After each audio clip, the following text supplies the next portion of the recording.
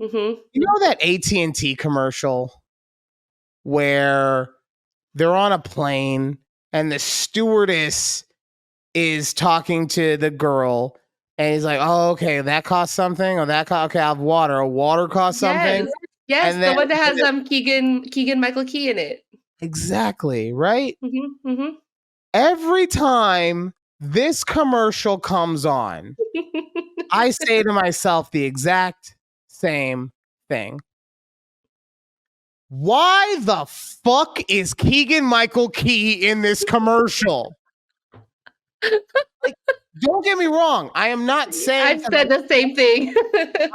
I think he is a very funny, great comedic actor. What I am saying is, why is he in the commercial if all he's going to do is bite a sandwich? It was a very weird cameo for him. I didn't understand it either. Dude, honestly, cell phone commercials are so weird to me. You've got this one where you have Keegan Michael Key, and I do think that there are versions of that commercial where he might have a line or two, but it's he is still third banana to the AT&T girl, right? Right. You have the passenger. You have the stewardess is not a flight attendant. Bad patriotism. And then you have Keegan Michael Key, right?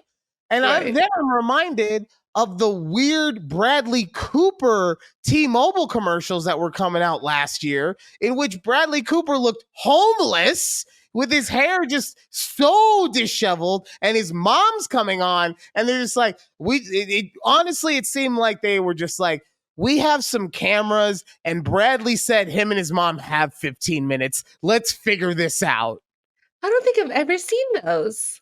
Oh, they were everywhere last year. And like I said, I don't know if his hair had to look that way because of a movie he was doing or whatever, but it looked like alternate universe Bradley Cooper where he's homeless, right? Like, we live in the world where he got to be the happy, successful version, but the one who's on the T-Mobile ad is the sad, homeless version of him.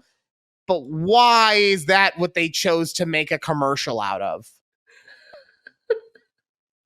I'm going to have to look these up after the show. And then, honestly, ironically enough, the only ones that I do like right now are T-Mobile because they've got the British guy. I watch too much TV, apparently. Oh, yes. Barnes. Yes. Yeah. I know you're talking about. Yeah. That. I call him British guy. So he was in he was in a few movies. Patrick would like a sandwich. He's hungry. Wait, he was in movies? Yeah, he's an actor. What? I mean, obviously he's an actor. Well, yeah. Like, what movie? No, he is a political analyst. My bad. We found him walking one day, and they were like, "Yo, I got the thing for you."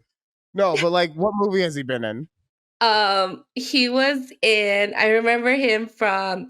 Did you ever watch The Chronicles of Narnia? No. So damn. Okay. But he was in the second movie. He was Prince Caspian. That's how I remember who he is. So okay. The reason I like him is because he reminds me of another actor. He's like the Diet Coke version of the guy who plays Lucifer in the show Lucifer. Diet Coke, Lucifer. Now I have to look him up. So this is what I say.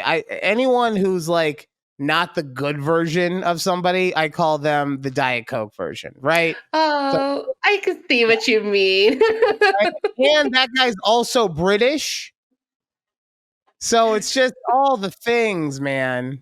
The Diet Coke version. Why don't you call it? Oh, I guess that's my saying of like, that's the great value version. Yeah, exactly. Like, no disrespect. It's just like, I'm saying that you're the same as this thing, but just not as good. You're your own thing, though. You get to be your own thing.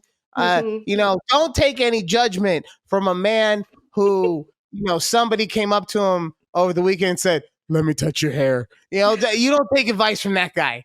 Okay. You live your best life.